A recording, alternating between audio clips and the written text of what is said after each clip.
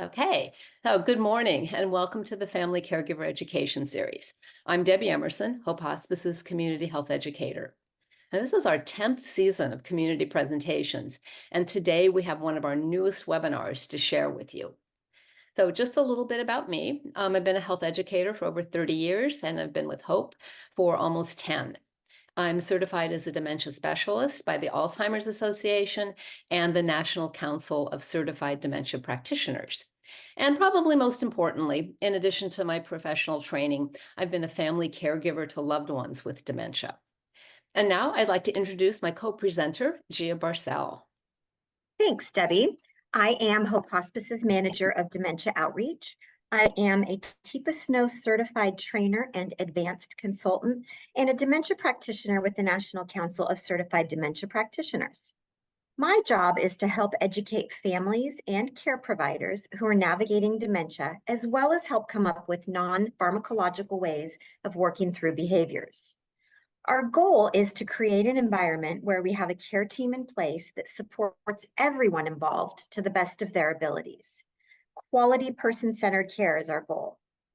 Additionally, I run support groups specifically for care partners of persons living with dementia. I look forward to talking with you today, and my hope is that you'll learn some things that are helpful to you on your journey. So let's get started. Here's today's agenda. We'll first do a really quick review about dementia and its underlying causes. If you've watched our Dementia Basics webinar, some of this may be a bit of a review for you, but we do think it's important that we're all on the same page about what actually causes the brain atrophy that can result in cognitive decline or dementia. This will help us to understand why addressing the risk factors is so important.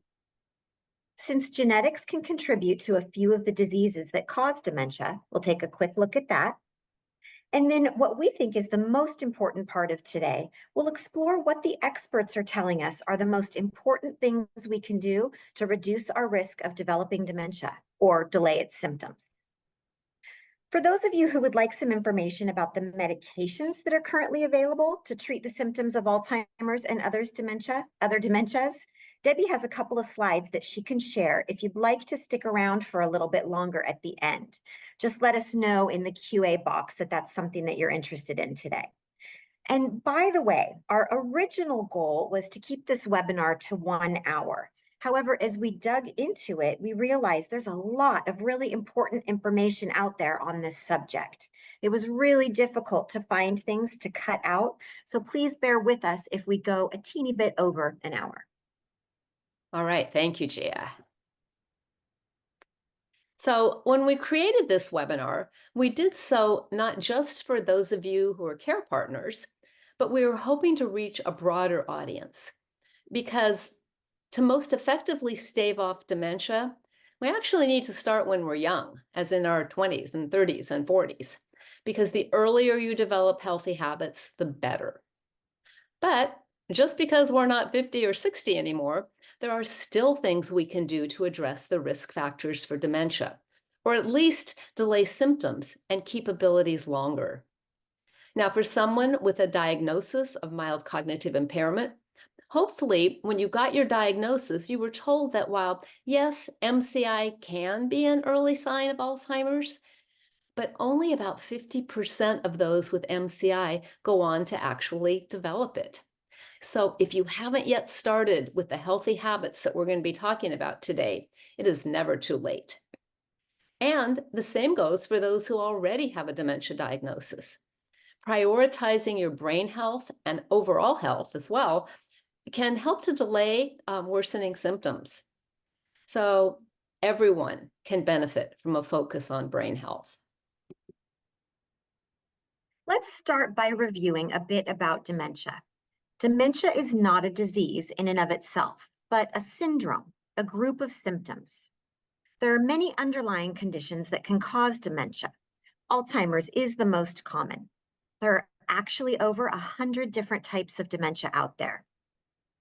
Now, the symptoms of dementia are characterized by a progressive decline in cognitive functioning and behavioral abilities that have a significant impact on one's daily life and the ability to function independently. The word cognition is defined as the mental action or process of acquiring knowledge and understanding through thought, experience, and the senses.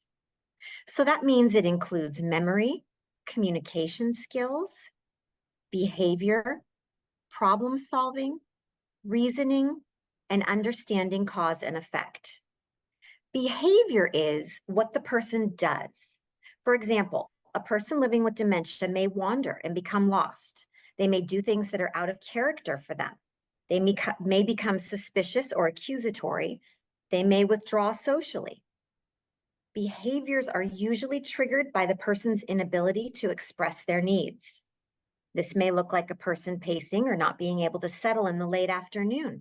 But what they might not be able to tell us is that they're hungry or overstimulated or tired or something else. While there are over 100 possible causes of cognitive decline, there are 4 indisputable truths about all dementias. At least 2 parts of the brain are dying. Dementia is progressive, so the symptoms keep changing and worsening. Dementia is chronic. It's not curable or fixable. And all dementias are terminal, ultimately resulting in death. By the way, Debbie and I did a 90-minute webinar covering dementia basics last September. That webinar was recorded and it's posted on Hope's website under the Family Caregiver Education Series archived presentations. So if you missed that one and want to know a little bit more about dementia basics, you can view the recording at your convenience. Dementia is an umbrella term. Under this umbrella, like I mentioned earlier, there are over 100 different diseases and conditions that can lead to the development of dementia. But there are a few that are responsible for over 90% of the cases. We have them listed here in 2 categories. Those caused by a neurodegenerative disease such as Alzheimer's, frontotemporal dementia, and Lewy body dementia. And then the cases that result from some type of sudden brain damage, like we may see as a result of a major cerebrovascular event, such as a stroke, or an accumulation of smaller strokes, TIAs.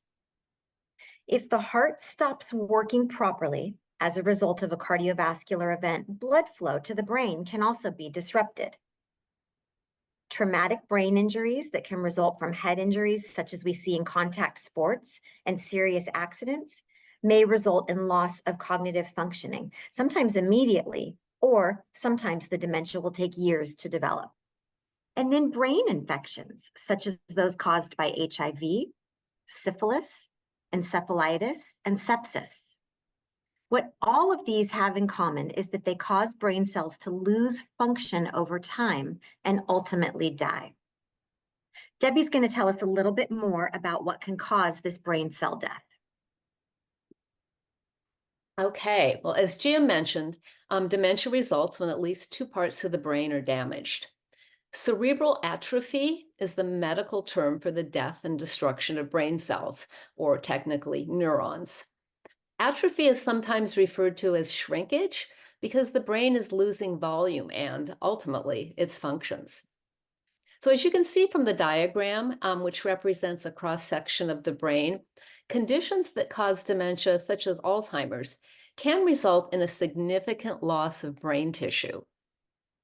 So I'm hoping that by understanding what causes this damage, it can help you to better understand the steps that we can take to minimize it. In other words, to try to prevent dementia. Now, I've listed on this slide the most likely culprits for brain damage, and we'll give you more information about these in just a bit. But I just want to comment about the last item on this list, and that's age.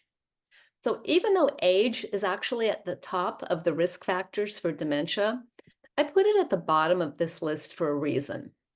Because as we grow older, some degree of shrinkage is considered a normal part of the aging process, but it's really not enough to cause dementia. During normal aging, there is relatively little loss of brain cells. So while some people do lose some brain cells as they get older, and the volume of the brain actually decreases. Medical professionals only use the term brain atrophy when a person has more brain changes than expected for age. So let's take a look at some of the other causes that I have listed here. Chronic inflammation. It's been in the news a lot lately because it really is important to understand. So when we think of inflammation, most of us probably picture the swelling and the redness that accompany an injury or an infection, right? This is called acute inflammation, and it's the body's way of trapping and wiping out bacteria, viruses, or toxic chemicals. Now, thankfully, acute inflammation seldom lasts more than a couple of weeks. It's one of our body's best protective mechanisms, even though it doesn't always feel that good. But there's another more insidious kind of inflammation, one that's harder to notice. It's harmful to your health. It's actually very common in the elderly, and that's our chronic inflammation. And this occurs when the body begins to or continues to send out inflammatory cells and chemicals, even though there is no immediate infection or injury. So, because this happens internally, the signs of chronic inflammation are hard to detect and can increase gradually over a long period of time. Unfortunately, chronic inflammation becomes more common as we age, and it tends to increase pretty dramatically after the age of 60. We see it in autoimmune diseases such as rheumatoid arthritis. It can weaken our immune system, make us more susceptible to many diseases, including cancer. So, inflammation can affect our brains as well. We see it in the white matter, which is the substance that's responsible for sending messages within the brain and also to all parts of the body. So, in destroying this white matter, inflammation prevents the brain from doing its job, and it potentially contributes to Alzheimer's disease and some of the other dementias that Gia had mentioned. Now, the black and white diagram on this slide shows inflammation. You can see it as the very white parts. It shows the inflammation in a brain that has mild, moderate, and severe dementia. So you can kind of see, compare those. So many scientists are putting chronic inflammation right up there as one of the leading destroyers of brain health. And studies have shown that brain inflammation can occur decades before dementia symptoms are noticeable, which is why we stress that we've got to start doing things to keep our brain healthy as young as we possibly can. Now, there are some new drugs on the horizon that may prove effective in reducing this chronic inflammation. But until there's treatment, we can try to keep it under control by adopting healthy lifestyle habits, and in particular, eating well and staying physically active. So I hope this one doesn't get too sciencey for you. Um, but beta amyloid is a protein that has a legitimate function in our bodies.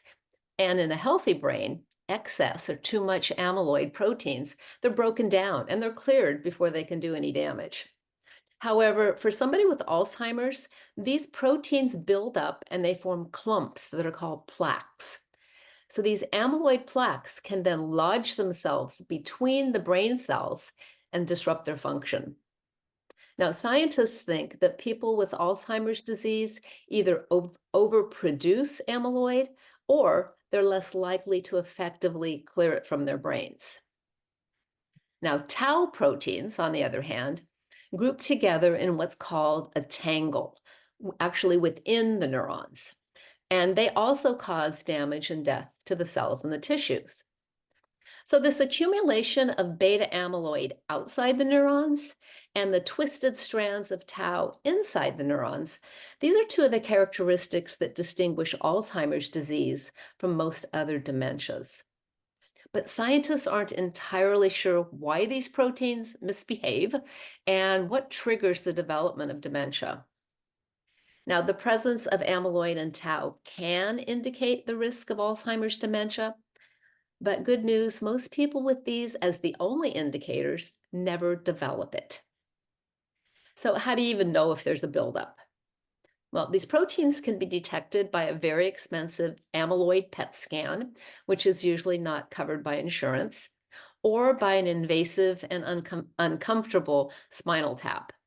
Now, there is a new blood test that's not yet on the commercial market, and it's only being used right now for research purposes. It's important to note that testing for amyloid and tau buildup is not routinely recommended. They only do this if someone is starting to show symptoms of cognitive decline. Lewy bodies are abnormal clumps of the protein alpha-synuclein in neurons. These proteins were first discovered in the early 1900s by a German neurologist, Dr. Friedrich Lewy. And of course, he named them after himself, which actually we're kind of glad he did because Lewy bodies is a much easier term to pronounce than that other one that I'm not even going to try to say again. These can disrupt the brain's normal functioning, leading to a range of symptoms like cognitive issues, visual hallucinations, fluctuating levels of alertness, and motor impairments. This is what characterizes Lewy body dementia. By the way, Lewy body dementia is the type of dementia that Robin Williams had. However, it was only diagnosed after his death by an autopsy. Lewy bodies are also found in the brains of individuals with Parkinson's disease, which is one of the reasons that those with Parkinson's can go on to develop dementia, in addition to the motor impairments typically associated with Parkinson's. Okay, oxygen deprivation. Depriving our brain cells of oxygen can cause temporary and permanent brain damage. So, when the blood vessels in the brain are damaged or brain tissue is injured from not receiving enough blood, oxygen, or nutrients, a whole slew of events can occur. They can result in paralysis, cognitive impairment, and ultimately dementia. So, this oxygen deprivation can be caused by a stroke that can cause the arteries to either become blocked or rupture. As you can see in this diagram I have here, the two main categories of stroke are ischemic and hemorrhagic. Ischemic being much more common and actually much more likely to cause permanent brain damage. Now, a heart attack or a cardiac arrest can also lead to a lack of blood flow to the brain because the heart muscle can either no longer pump the blood to the brain or is ineffective in doing so. And we have respiratory problems such as emphysema, severe asthma, choking, drowning, or other conditions that impair the ability to breathe and take in oxygen. Carbon monoxide poisoning, smoke inhalation, and prolonged exposure to air pollution can also prevent oxygen from getting to the brain and to other tissues. So, the severity of damage and the effects depend on what part of the brain was hit and the length of time that the cells and the tissues didn't receive any oxygen. So, you've all probably seen firsthand that the effects of a stroke vary greatly between individuals. Sometimes someone loses speech, others lose functions on one side of the body. Sometimes vision becomes impaired. And sometimes the person loses memory and other cognitive functions. Again, the effects all depend on what part of the brain was deprived of oxygen. So, as you've probably noticed by now, oxygen deprivation is the cause of vascular dementia. And vascular dementia accounts for up to 20% of the cases. So, it's really important that we address this issue. By the way, in most cases, vascular dementia itself is not inherited.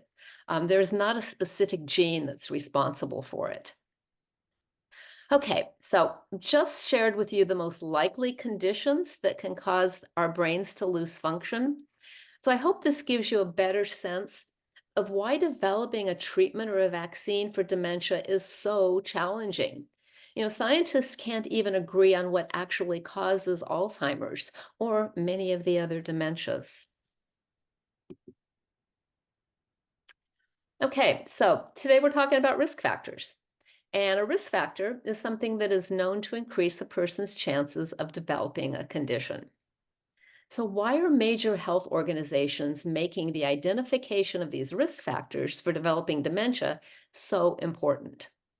Well, as you can see here, dementia has been identified as a global health threat. It is now the seventh leading cause of death in the world. By the way, it used to be the sixth, but then we got COVID. And the number of cases of people living with dementia worldwide is expected to reach close to 150 million by 2050. So prevention is critical because dementia really is a public health challenge. So science has shown that if we engage in early interventions and lifestyle change, we may be able to reduce the risk or delay the onset of dementia. Now, there are certain factors that can be addressed, definitely increasing the likelihood of maintaining our cognitive abilities, whether we're dealing with typical age-related changes or even more seriously, dementia. So identifying the risk factors can help shape public policy and public health strategies to reduce the overall prevalence of dementia. And by studying these risk factors, scientists will be better able to focus their research to learn more about prevention and hopefully develop some treatments.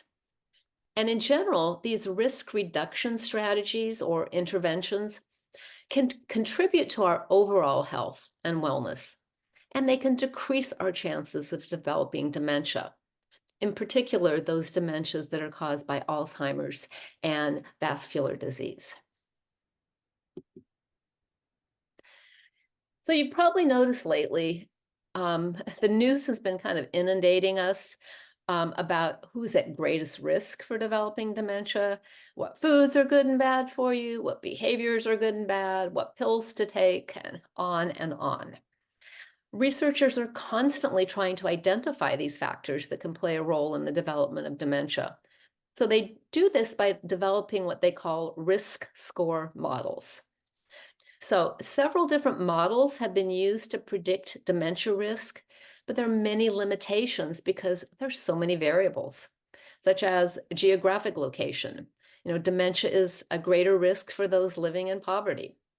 Ethnicity plays a role, with Hispanic and Black populations being at greater risk. And of course, as you can imagine, age is a huge variable. And how do we measure cognitive impairment or even define it? Because that varies from model to model, making everything so much more complicated. So while these risk models are being used more widely, it is unlikely that researchers will be able to develop a one-size-fits-all dementia risk score. So you may be thinking, why even try if there's so much uncertainty? Well, of course, most of us want to know what we can do to lessen the risk for ourselves and for our families. And on the last slide, I talked about dementia as a major public health challenge. Even more so now that the baby boomers are aging. We've learned that up to 40% of dementia cases may be prevented by targeting key risk factors. So the goal is to help identify those at high risk while they're still in the pre-dementia phase, and hopefully guide them towards interventions to delay or prevent it. So it's important then to remember that these risk scores only tell us about our chances of developing dementia, because we still don't have that crystal ball. So in the last slide, I talked about the models that are used by researchers to determine the most likely risk factors, and we got a glimpse of some of them on that graphic. So in preparing for this webinar, I took a look at a few dementia risk models, and so I compiled a list of risk factors that appeared on most, if not all of them. So I've listed the sources on this slide that I used, and I have more information on your resource list if you want to look at this a little bit more closely. Now, some models identify 8 factors, some 11, some 12, some 13. And as I mentioned in the last slide, the prevalence of risk factors varies greatly because there's so many variables. So you have to keep that in mind when you're looking at the data. So one of the things that they all had in common was listing age, genetics, and family history as the risk factors that cannot be modified or changed, obviously. Now, gender shows up on some models because we do know that women are more likely to have dementia than men, mostly because women live longer than men. And they all pretty much stuck with the finding that 60% of the risk is beyond our control. The other 40% are things that are, for the most part, within our control. So as you're, skimming through this list, you may disagree about some of these things being within our control. Well, because they're not, especially if you're considering populations living in impoverished areas who don't have access to formal education or medical care or healthy foods, or those living in metropolitan areas that are plagued by air pollution. Now, I'm guessing that head injury is on the modifiable list because we can take precautions to reduce our risk, such as wearing helmets in sports or physical activities like riding a bike, and of course, wearing our seat belts. So they're telling us that up to 40% of dementia cases may be prevented by targeting these key risk factors. Now, keep in mind that none of these represent a magic bullet. And in fact, the more of these that you can address, the greater chance you're going to have of reducing your risk. So let's take a closer look.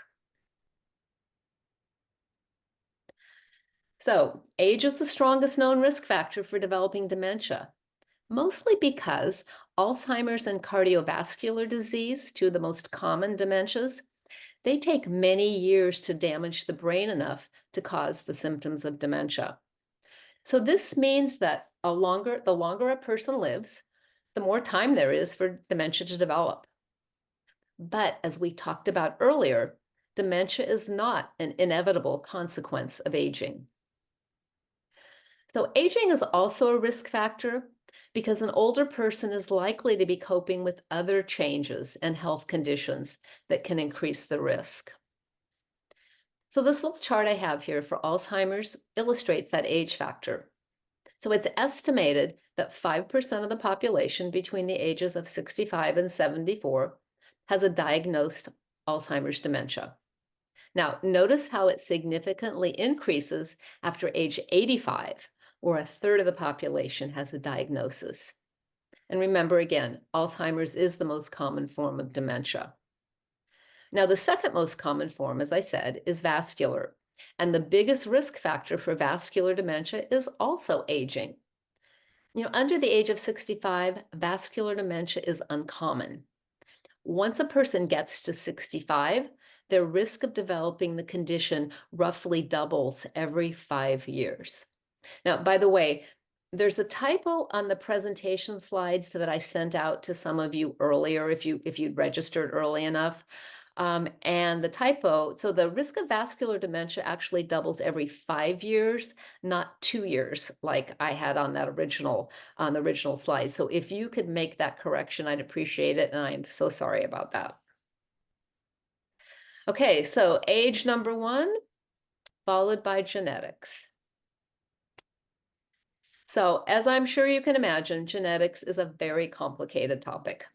So for the purposes of today's presentation, I'm going to simplify it. Actually, I'm really going to try to oversimplify it.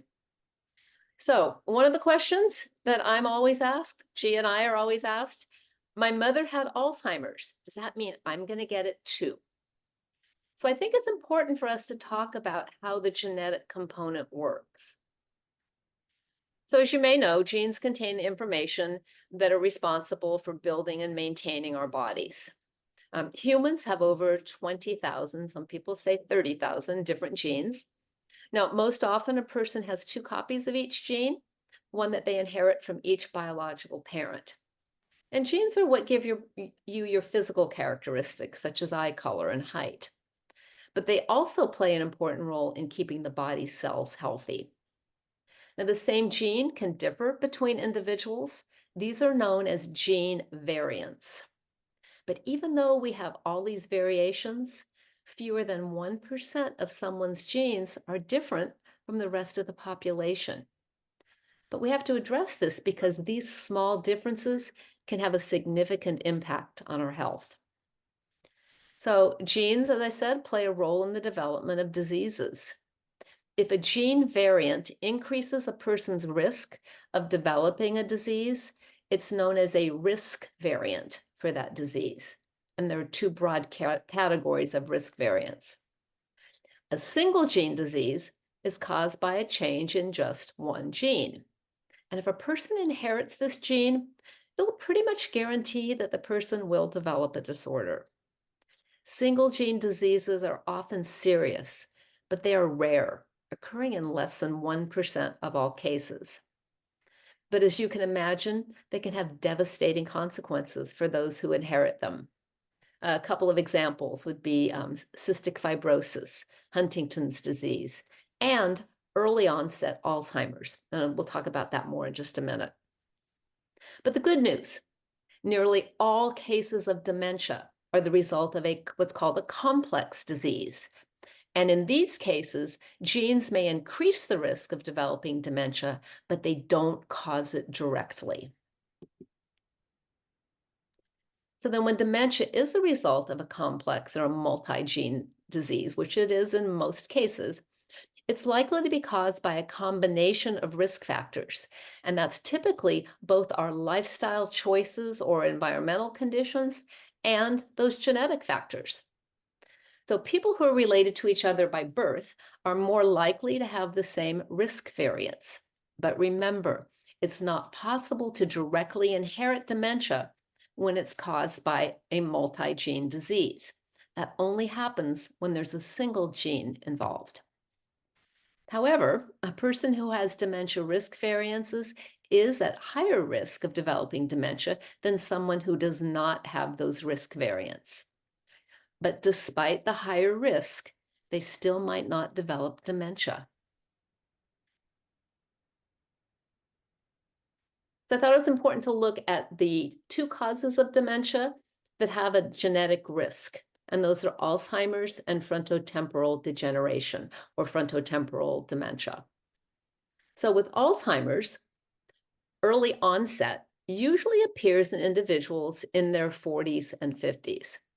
This type is rare and only constitutes about 5 to 6% of all cases. Early onset is considered a single gene disease. If one of the parents carries the changed gene, then each child has a 50% chance of inheriting it. So genetics plays the biggest role in early onset Alzheimer's. Now, the most common type of Alzheimer's is what's called later onset. And this is the type that usually appears after the age of 65. And this is considered to be a multi-gene disease. So remember, we don't have to worry too much about genetics alone in this case. Research have actually identified about 80 different genetic areas that appear to be involved in Alzheimer's, but most of them only slightly increase a person's risk. Now, you may have heard about the APOE gene. So, of all the genes that do increase our risk for Alzheimer's, the APOE E4 variant has the strongest impact. And this makes the person up to 4 times more likely to develop Alzheimer's than people who don't have this version of the gene. We see this gene in both types of Alzheimer's, and it has been linked to 40 to 65% of the cases. But one more time, I'm saying this a lot. One more time, simply having this gene does not mean for certain that a person will get Alzheimer's. Frontotemporal degeneration leads to loss of function in the front and side regions of the brain. This type of dementia is characterized by changes in behavior, personality, and/or difficulty with producing or comprehending language, aphasia. This is the type of dementia Bruce Willis has. It's mostly diagnosed between the ages of 45 and 65, although it can affect people younger or older than this. Most cases of FTD are sporadic, meaning that there's no clear-cut singular genetic cause. But about 1/3 of the cases are said to be familial. A variety of factors can contribute to one's likelihood for developing FTD, but the most direct cause is a genetic variant that can be inherited from a parent and passed on to one's children. So sometimes we hear people using the terms genetics and family history interchangeably, but there is a difference between the two. So, as we just talked about, genetics is the study of genes passed down from parents to children that influence traits and potential health risks. Family history refers to the record of health conditions and diseases present within a person's family, including information about the health of parents, siblings, grandparents, and other blood relatives. Family history encompasses a broader range of health-related information, while genetics specifically examines the inheritance of traits and conditions. So, a family history of Alzheimer's is not necessary for an individual to develop the disease. However, as I said earlier, individuals who have or had a first degree relative, a parent or a sibling with Alzheimer's, are more likely to develop the disease than those who do not. And those who have more than one first degree relative with Alzheimer's are even at higher risk. When diseases run in families, both heredity and those shared non-genetic factors, for example, access to healthy foods and habits related to physical activity, both of those are going to play a role. All right, so here's the big question. Should you get tested to see if you have a genetic predisposition to a disease that causes dementia? So, genetic tests are not routinely used to predict the risk of developing Alzheimer's or related dementia, mainly because simply having the gene or genes does not predict with any certainty, except in the case of that early onset Alzheimer's, if you remember me talking about that one. So, I've listed here the Alzheimer's Association's position on genetic testing. And it's basically telling us that unless you are showing signs of dementia, genetic testing is not advised. And as I've been saying, genes are only one factor. And also, they really stress the importance of consulting with a genetic counselor.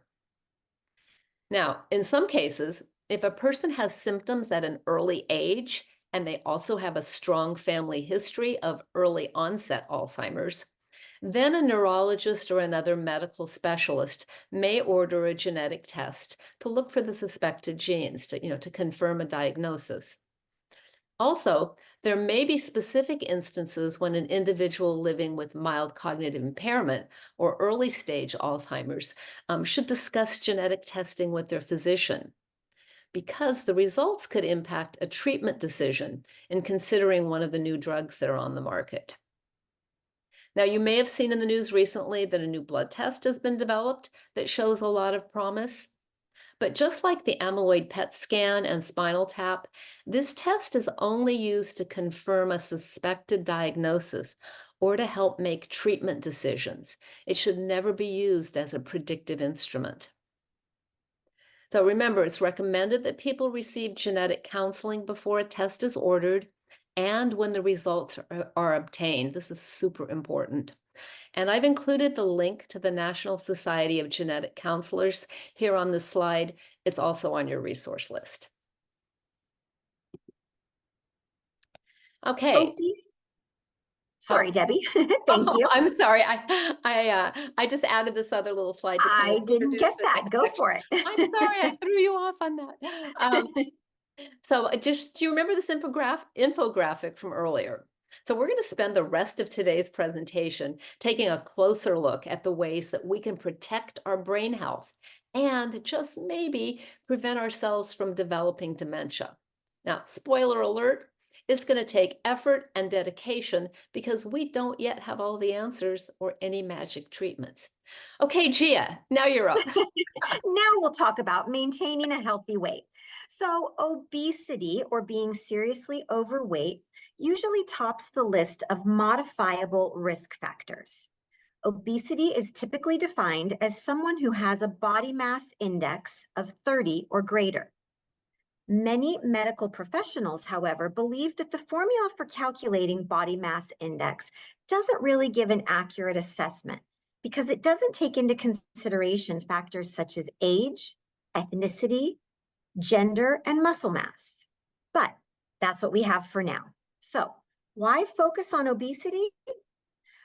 The size of the brain starts to decrease naturally as we age. However, research has shown that when looking at someone in their 60s, for example, high BMI is associated with a smaller brain size.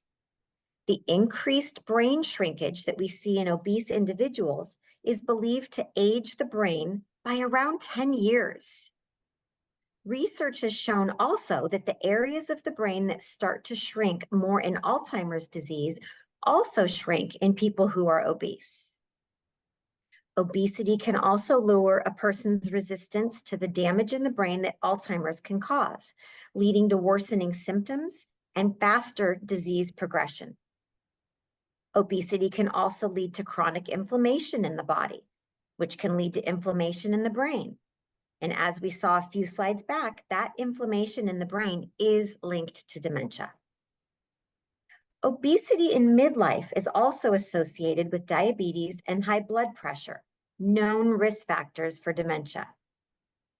So eating a healthy, balanced diet can help you to achieve a healthy weight. No single ingredient, nutrient, or food can help improve health by itself, unfortunately. Instead, eating a range of different foods in the right proportions is what makes a difference. Examples of heart-healthy diets include the Mediterranean, DASH, so that's dietary approaches to stop hypertension, and MIND, which is Mediterranean DASH intervention for neurodegenerative delay diets. We have links to these on your resource list. By eating a balanced diet, you're more likely to get all the nutrients you need to stay healthy. And by the way, there's very little evidence that supports the use of supplements, including vitamins C, D, and E, omega-3 fatty acids, and ginkgo biloba for preventing dementia.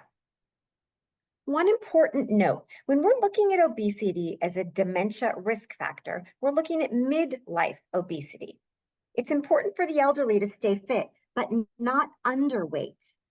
Carrying a few extra pounds in our senior years actually has a protective value.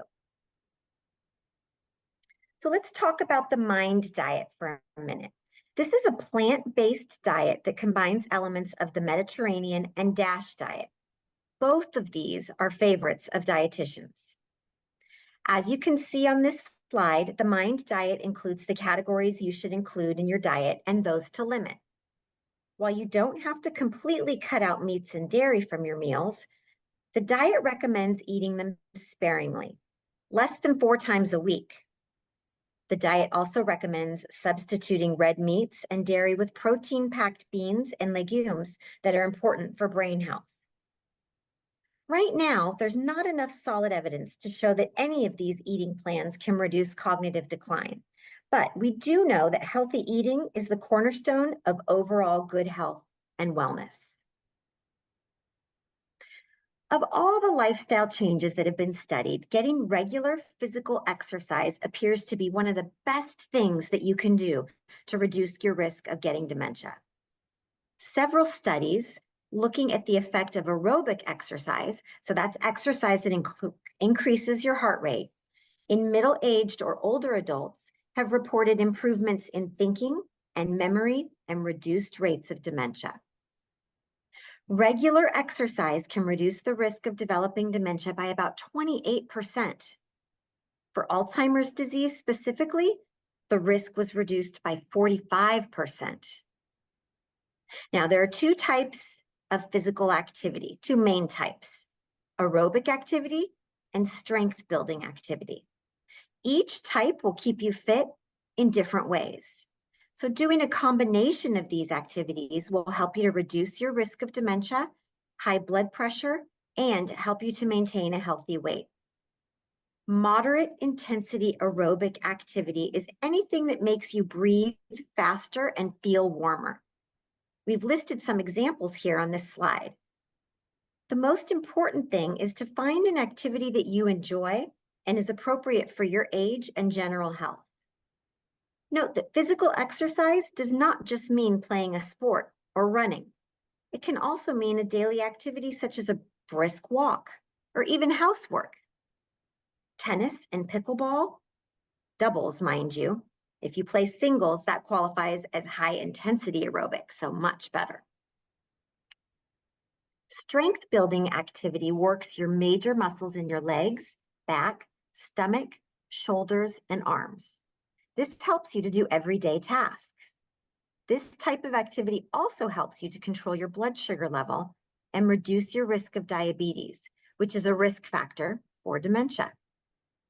Of course, you can use weights or resistant bands for strength training, but activities like yoga, Tai Chi, or Pilates also fall into this category. Strength training is also great for coordination and balance. So, how often do we need to exercise to see a benefit? Well, the experts say that strength training should be done 2 to 3 times each week.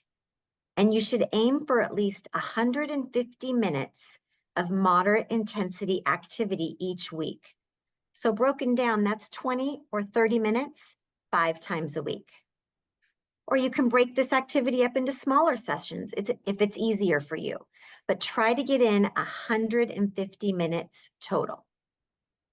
And most of the studies that correlated good physical fitness to reduced dementia looked at individuals who had been engaged in these activities for at least a year. Regular exercise helps improve blood circulation, reduces risks of cardiovascular disease, and maintains healthy blood pressure levels. It can reduce stress and anxiety, and all of these are known risk factors for cognitive decline. Do what you enjoy and always be sure to check with your physician to be certain the activity is one for which you are suited. Okay, well, speaking of checking with your physician, um, preventative medicine is so important. So, we all know that while we can't totally prevent dementia, with lifestyle adjustments and being proactive with our overall health, we may be able to reduce the impact of the cognitive decline that's associated with it. And one of the easiest ways that we can take charge of our health is by visiting the doctor regularly, annual checkups. It's been said that's what's good for the heart is good for the brain. And many of the things that we do for heart health can really help with vascular dementia, which is the second most common type. And some autopsy studies show that as many as 80% of individuals with Alzheimer's disease also have cardiovascular disease. And one of the clearest examples of this heart brain relationship is how a stroke can drastically increase dementia risk. So, whatever we do to reduce our risk of heart disease may reduce our risk of Alzheimer's and maybe even other dementias, or slow the decline if we already have a diagnosis. So, research presented at a recent Alzheimer's Association conference suggested that flu and pneumonia vaccinations, especially multiple vaccinations over time, are actually associated with a lower risk of Alzheimer's in later life. Now, it may turn out to be as simple as this. Those of us who take care of our health by getting vaccinations and preventative medicine may also be taking care of ourselves in all of the other ways that we've been talking about today. And these things add up to helping to manage Alzheimer's and other dementias. But researchers have found that people ages 65 to 75 who had received the pneumonia vaccination had a 25 to 30% reduction in their chance of developing Alzheimer's. And I recently saw some research about a link between shingles and dementia. So get those vaccines. Of course, you need to get your hearing tested regularly, and I'm going to talk more about that in just a minute. But it's also important to diagnose and treat sleep apnea and depression. So let's look at depression now. Over the years, research has shown that there is an association between dementia and depression, and the latest research lists it as one of the top risk factors. It shows up on almost all those risk models. But we still don't know if depression is a warning sign for dementia or if depression occurs as a result of a diagnosis. What came first, the chicken or the egg? Now, research is ongoing, but here are some questions that need to be addressed. As brain cells begin to deteriorate, do the areas in the brain that are associated with mood begin to become affected? As people with mild or early stage dementia begin to notice symptoms, do they respond by becoming depressed? Does the chronic inflammation in the brain that's associated with mood disorders make it more likely for dementia to develop? So, one of the most recent studies is showing a link between those who've had depression for many years and a twofold risk for developing dementia. And by the way, we're talking about untreated depression. So, the latest is suggesting that depression isn't just a manifestation of dementia. The bottom line, those with depression should be vigilant about seeking treatment for it, whether it be with psychotherapy, medication, or both. Okay, this is my favorite, the building cognitive reserve. Researchers have found that following certain healthy habits throughout life can create what they call a cognitive reserve. And they think that this may protect an aging brain from the effects of dementia. So, cognitive reserve is all about the brain's ability to maintain normal cognitive function despite damage. Now, at this point, we don't have research that clearly demonstrates that cognitive reserve actually prevents dementia from developing. But what we do know is that having a cognitive reserve appears to be associated with delaying the symptoms of dementia. And this may help explain why, when two people have the same amount of damage to their brains as detected in autopsies, that one can have symptoms of Alzheimer's while the other remains mentally sharp. So it is believed that by constantly challenging the brain, we can make it work efficiently. The good news is that cognitive reserve is accumulated throughout our lives, and we can keep adding to it no matter what our age is. So, how do we build this? Well, first of all, imagine your brain as a savings account or a 401k. If you make regular deposits into your account, over time, you can build a sizable fund to cover any expected expenses in the future. So, a cognitive reserve is just that. You're ensuring that your brain has the reserves, the alternate pathways, to help compensate for any damage that can be done by dementia. Engaging in a mentally stimulating lifestyle when we're younger can help us to retain thinking, memory, and problem solving skills later in life. So, what does this mentally stimulating lifestyle look like? Well, first of all, we need to strive to become lifelong learners. Make those mentally challenging activities a priority. Develop healthy lifestyle habits like social engagement, physical activities, creative hobbies. Now, crossword puzzles are great, but they don't really increase that cognitive reserve because you're actually retrieving previously stored information, which isn't a bad thing. So, for sure, keep doing those if you enjoy them. But if you really want to challenge yourself mentally, find activities that make you learn new things, like a foreign language, or take a class, or attend a stimulating lecture, learn to play an instrument or pickleball. It's easier these days than ever with classes and programs being available online and at community centers, oftentimes for free. So, is it too late to build cognitive reserve in your 60s and 70s and 80s? Not necessarily. Studies have shown that adopting brain stimulating habits, even in older age, can still offer protection against that cognitive decline.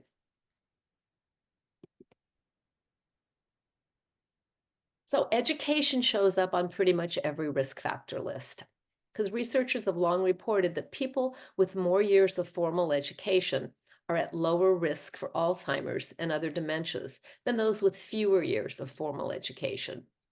By the way, by formal, we mean the equivalent of a high school education. So, remember that cognitive reserve we just talked about. Now, education doesn't reduce the risk of developing the physiological brain changes seen in dementia, but they may help preserve cognitive abilities and delay the development of symptoms. And those with a formal education are more likely to be lifelong learners. Education is also linked with improved socioeconomic status, and that's showing up on all the lists as well. So it goes without saying that limited or lack of education is associated with impoverishment.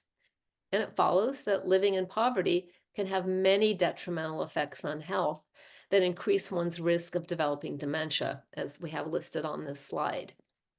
Now, I do want to acknowledge that socioeconomic status is not a biological factor.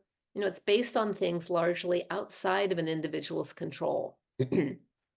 However, I think it was included as a modifiable risk factor because of the belief that a person can improve their socioeconomic status with education. Now, unfortunately, it's not always that simple. But if the knowledge of the association between dementia and lack of education can help shape worldwide public policy to focus on education, then for that reason, I'm glad it was included on the list. Being social is important for brain health because humans are naturally social creatures. Research has shown that interacting with others has positive effects on our brains, such as reducing stress and even lowering blood pressure. Loneliness, on the other hand, has been recognized to be detrimental to our brain health. When we lack social interaction, over time, our brains can undergo changes that can affect every aspect of our health, including poor eating, lack of exercise, smoking, increased alcohol use, depression, poor sleep, and heart disease. And of course, dementia, which, as we're hearing over and over, is related to all of these harmful health habits. Social engagement is associated with reduced rates of disability and mortality and may also reduce the risk for depression. And while having meaningful social connections is not a guaranteed way to prevent dementia, we do know that it can at least delay the onset by building cognitive reserve and play a role in developing healthier habits and behaviors. A recent study found that persons who saw friends almost every day at the age of 60 had a 12% lower risk of developing dementia later on, compared with those who only saw one or two friends once every few months. There are lots of ways to expand your social circle, including becoming involved in community centers, religious organizations, athletic leagues, clubs, and volunteer activities. Many of these social activities are low cost or free, such as joining a walking group or a book club in your neighborhood. Staying socially active can also be as simple as engaging with friends and family on a regular basis. Pursue social activities that are meaningful to you. For instance, if you love animals, consider volunteering at a local shelter or with a rescue group. Or get involved with the Alzheimer's Association by becoming a volunteer or participating in a community event. And by the way, Hope Hospice is always looking for good volunteers. Just like we're seeing in all of the factors we've talked about today, more research is needed to better understand the connection between social engagement to reduce dementia risk. It's possible that undetected cognitive impairment can decrease a person's interest and ability to participate in social activities. So, another one of those chicken or the egg situations that Debbie mentioned. Okay, I do want to note that it is 11 o'clock. Anybody who needs to leave, of course, you have the complete option to do that. But if you want to see the entire presentation, as I mentioned earlier, it is going to be recorded and posted on our website. All right, this one is a really important one, hearing loss, because we know that hearing loss increases dramatically with age. It's estimated that more than half of people over the age of 70 have hearing loss that's severe enough to need hearing aids. Studies have found an association between hearing loss and the development of dementia in older adults. And research also suggests that using hearing aids to treat hearing loss may help slow the development of cognitive problems. So, a study that's being conducted by the National Institutes on Health is showing that hearing aids can reduce the rate of cognitive decline in older adults by almost 50%. Now, of course, more research needs to be done, but treating hearing loss may be a safe way to lower the risk of dementia in those who are vulnerable. So, what connection do our ears have to our brains? Our ears are the organs that collect the sound waves, and I have a diagram here that shows that. Um, so the ears collect the sound waves, but it's our brain that interprets and converts these into intelligible units that have meaning, like words. So, an example, it's not just enough to hear the siren. Our brain has to process that sound, and that's based on our experience and expectations. So we process it, and then we figure out how to identify what it is, and then how to react and respond. So, put very simply, we hear sounds with our ears, but we need our brains to understand what it is that we're hearing. Now, brain scans show that hearing loss may contribute to a faster rate of atrophy or the shrinkage that I talked about earlier. So, one of the theories about why hearing loss can contribute to dementia is a kind of use it or lose it thing. Another theory is that hearing loss also contributes to social isolation. If your hearing is impaired, it's difficult to interact with others, especially in large groups. So, people with hearing loss may tend to avoid social situations. And as Gia just talked about, social isolation is one of the risk factors for dementia. Another possibility, when you can't hear well, you have to work a lot harder to make sense of what people are saying. Every conversation you participate in requires more mental energy and work. So, if your everyday conversations are taking up most of the mental energy that you have, then there's less energy left for you to put towards memory or some of those other cognitive functions.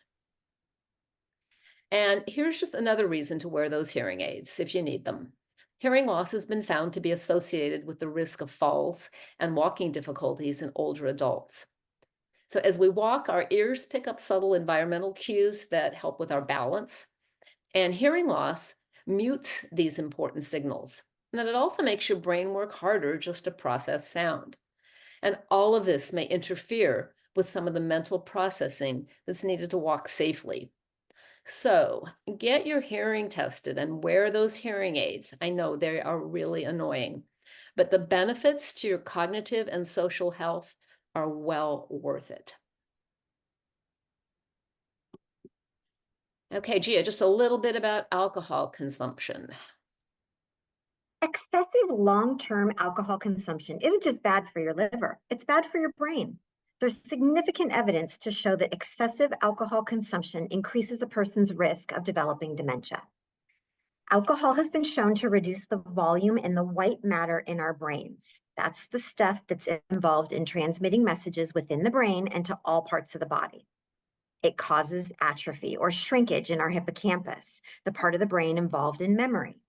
You've heard of an alcoholic blackout, where a person has no recollection of anything that happened during a block of time. This is what we're talking about. Over the years, excessive drinking can lead to a sharp decline in our thinking skills. And then there's something called alcohol-related brain damage, which is a serious and irreversible cause of dementia. Drinking alcohol in moderation has not been conclusively linked to an increased risk of dementia. If you already drink alcohol within the recommended guidelines that you see here on this slide, you do not need to stop on the grounds of reducing the risk of dementia. But despite some claims, drinking alcohol in moderation has not been shown to offer any significant protection against developing dementia. So if you don't currently drink alcohol, you shouldn't start as a way to reduce dementia risk.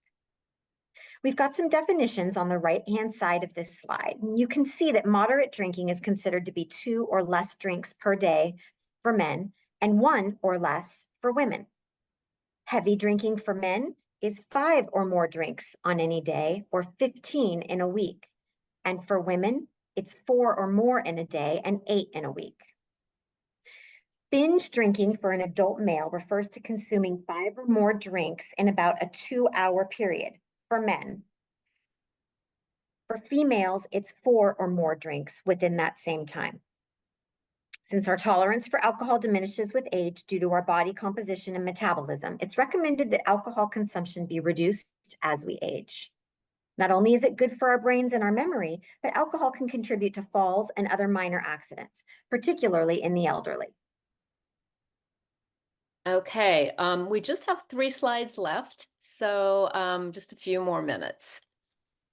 We tend to think of sleep as the time for rest and relaxation, and it is. But sleep is also a busy biological state. Sleep enables our brains to process and lock in those memories of the day, and it helps us to form long-term stable memories. And if we're not well rested, we're not going to be able to focus as well, which also interferes with our ability to form new memories. Studies have shown that raised amyloid levels may be associated with poor sleep quality, and also problems with storing memories. Other research indicates that poor sleep may affect the body's ability to clear the toxic amyloid protein from the brain. We talked about that in the beginning. Living with a sleep deficit doesn't just leave you feeling tired and groggy the next day. It can also play a role in developing a variety of health problems, as shown on this illustration. So, this has led to the suggestion that improving sleep quality may have the potential to delay the progression of Alzheimer's. Now, you may have heard in the news that there is a concern that overuse of certain sleep medications can increase the risk of dementia in the elderly. Now, researchers suspect that these medications may adversely affect the brain chemicals that play a role in learning and memory. But studies have yet to find a connection between the occasional use of sleep medications and dementia risk. So it would be wise for you, if you are concerned about this, to talk about your sleep difficulties and your use of sleep medications with your healthcare provider, either your physician or when I'm looking at info on meds, I always want to go to the pharmacist. So currently, researchers are not sure how sleep and dementia are linked. Does poor sleep increase dementia risk, or does dementia lead to poor sleep?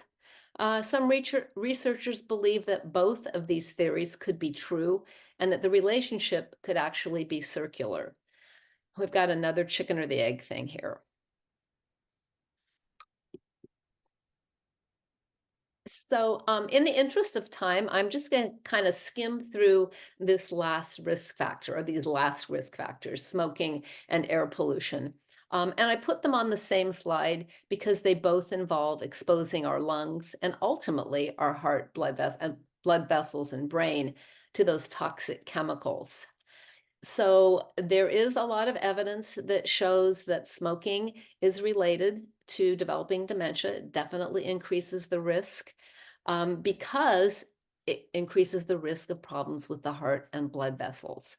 And that is, we're looking at Alzheimer's here. We're also looking at vascular dementia.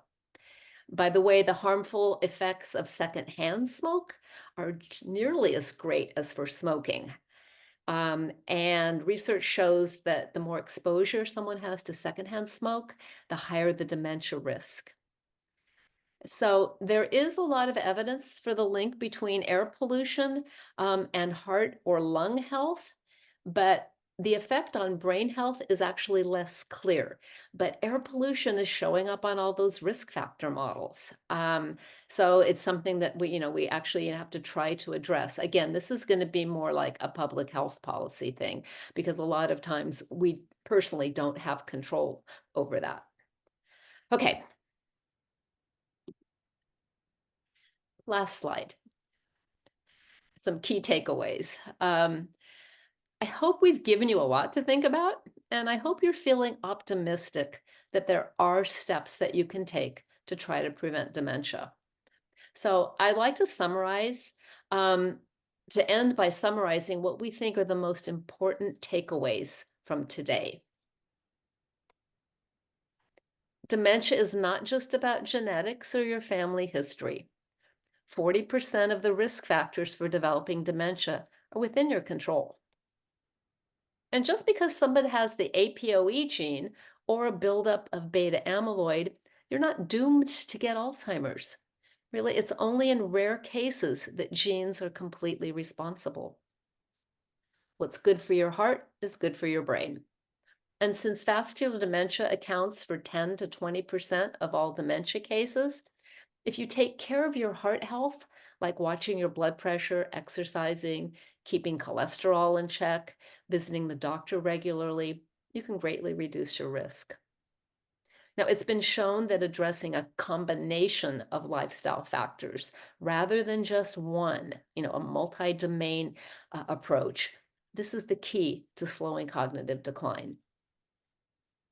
And of those modifiable risks, building a cognitive reserve by becoming a lifelong learner is one of the most important things that you can do.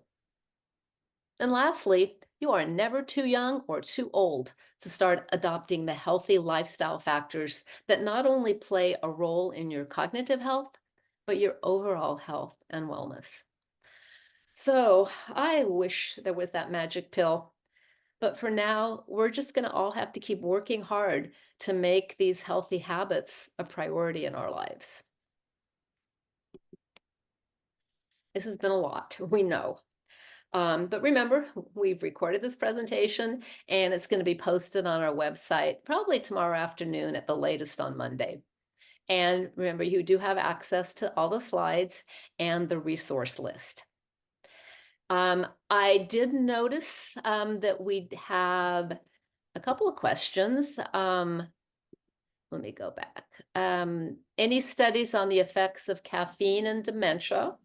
There are, and they are looking at that. And what they're kind of looking at is maybe it has caffeine consumption may have a protective effect. But again, everything is inconclusive on that.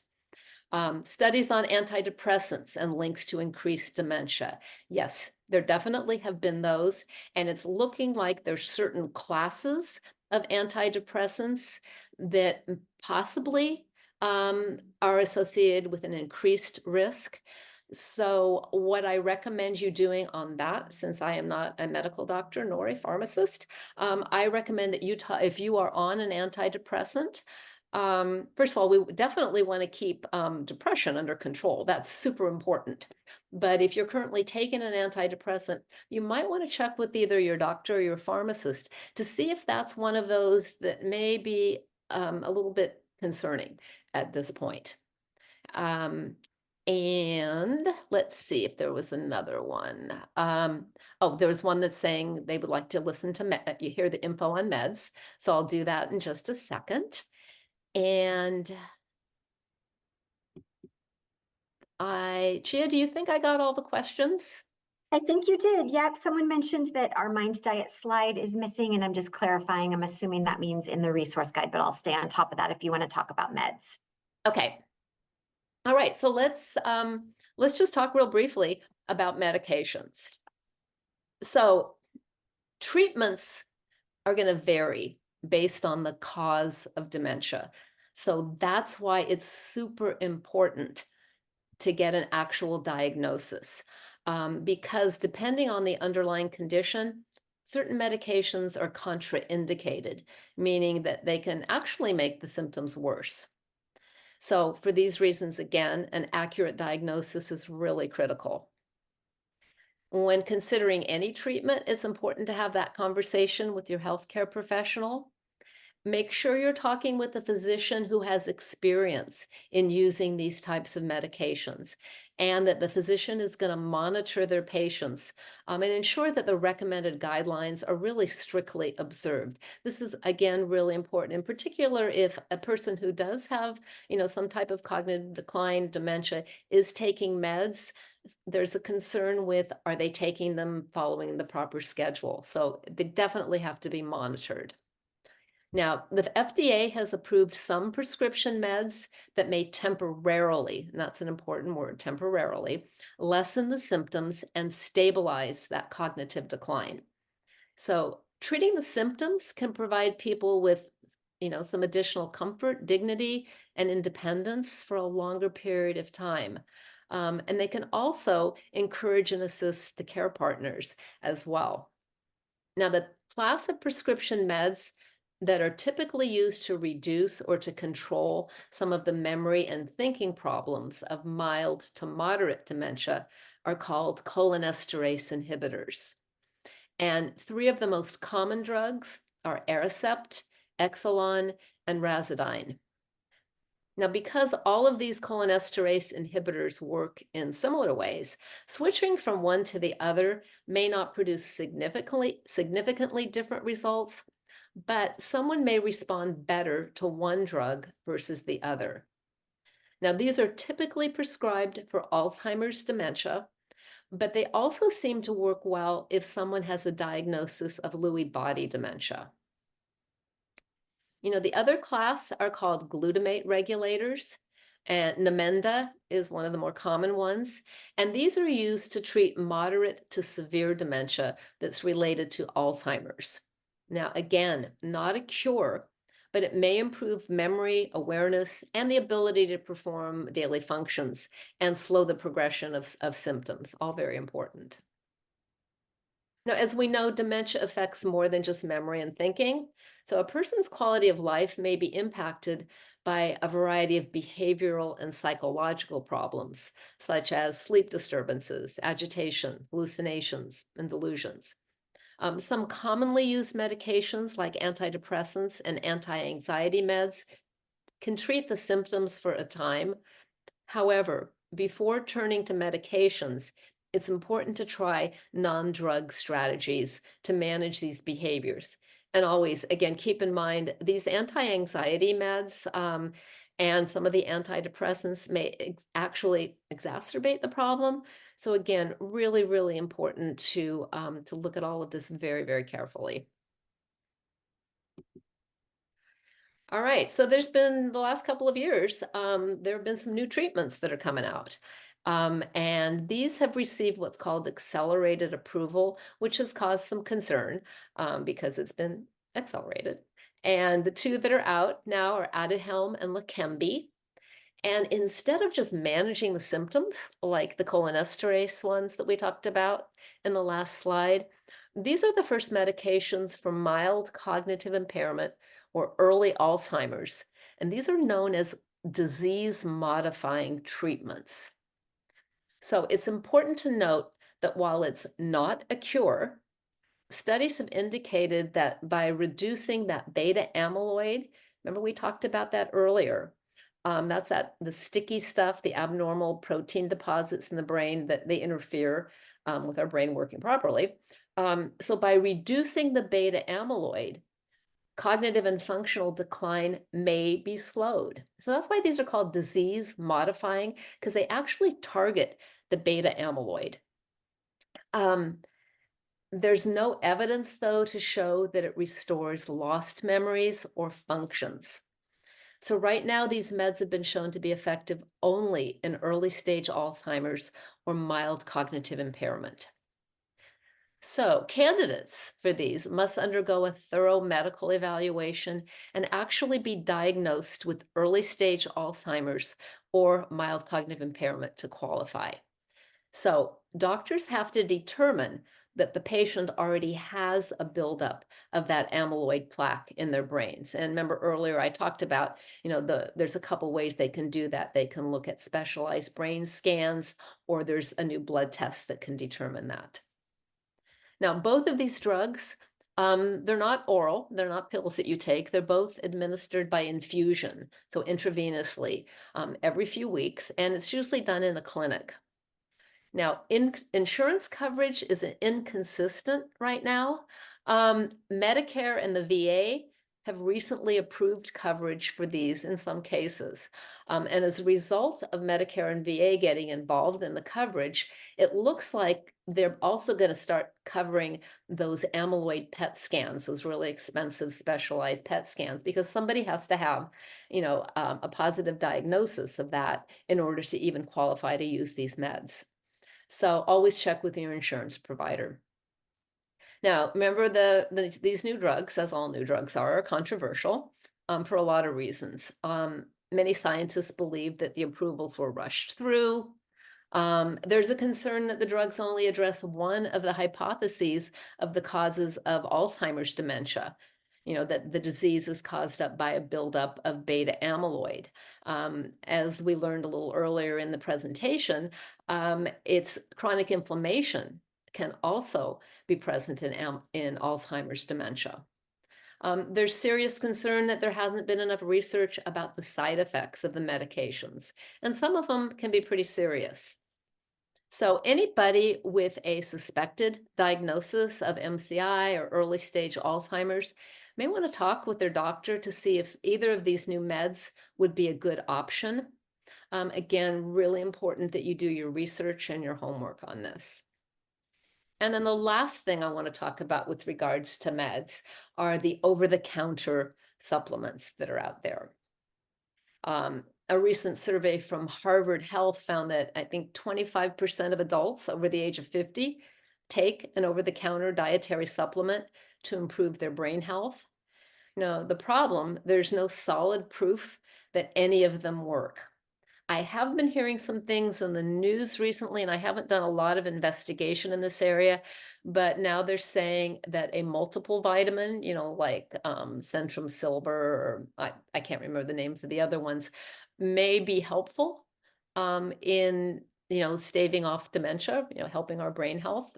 Again, I don't know that there's solid evidence for that yet, but it's never a bad thing to take a multiple vitamin.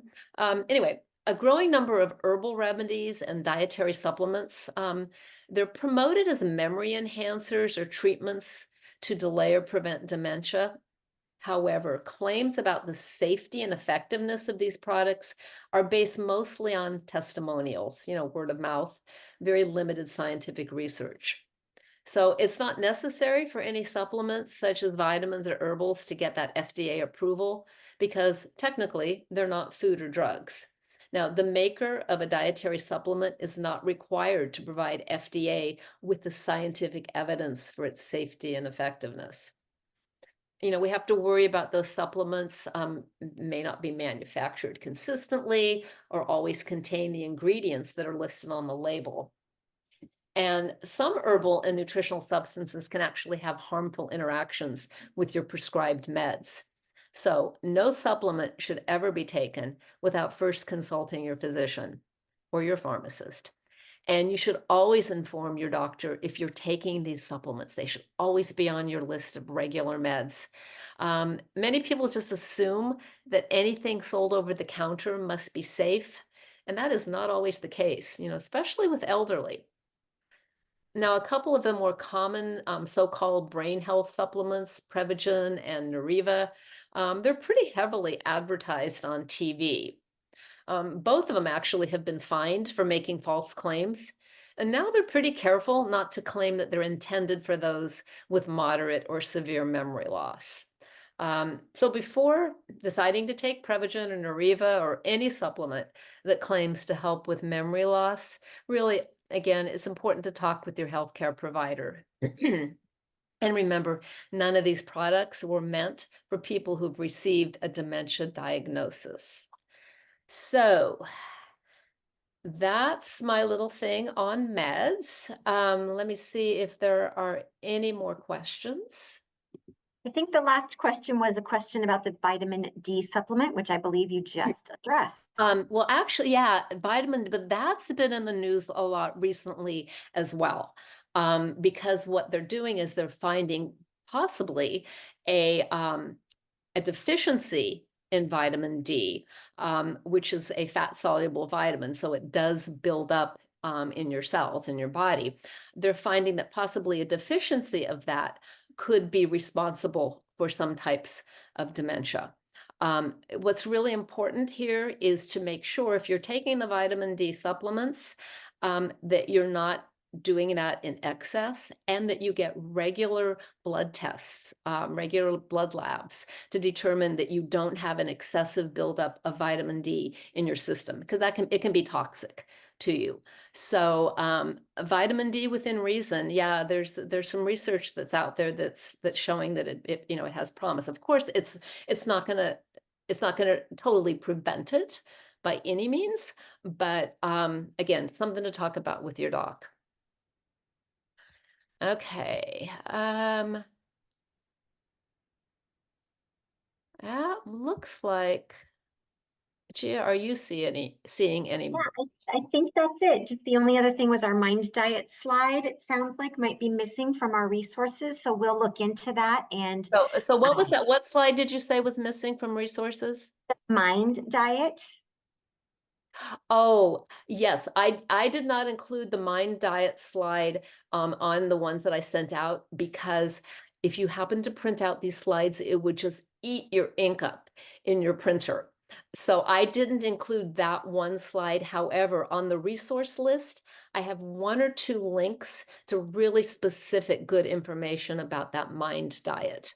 So that's why that's not on there. But if there's somebody who really wants that slide, I can certainly send it to you real easily. So that's the deal with that.